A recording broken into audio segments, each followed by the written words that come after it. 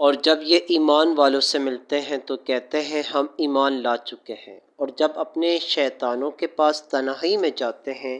تو کہتے ہیں کہ ہم تمہارے ساتھ ہیں، ہم تو صرف ہنسی مذاق کرتے ہیں۔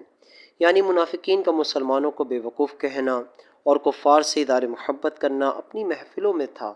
جبکہ مسلمانوں سے تو وہ یہی کہتے تھے کہ ہم مخلص مومن ہیں۔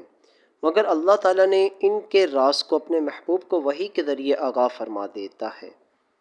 اور یہاں شیاطین سے کفار کے وہ سردار مراد ہیں جو دوسروں کو گمراہ کرنے میں مصروف رہتے تھے۔ منافقین جب ان سے ملنے آتے تو کہتے تھے کہ ہم تمہارے ساتھ ہیں، اور مسلمانوں سے ملنا صرف مذاق کے طور پر ہے، اور ہم ان سے اس لیے ملتے ہیں تاکہ ان کے راز معلوم ہو اور ان میں فساد انگیزی کرنا آسان ہو۔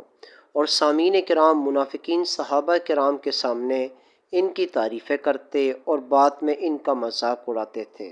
تو اسی لیے اللہ نے یہ آیت مبارکہ نازل فرمائی۔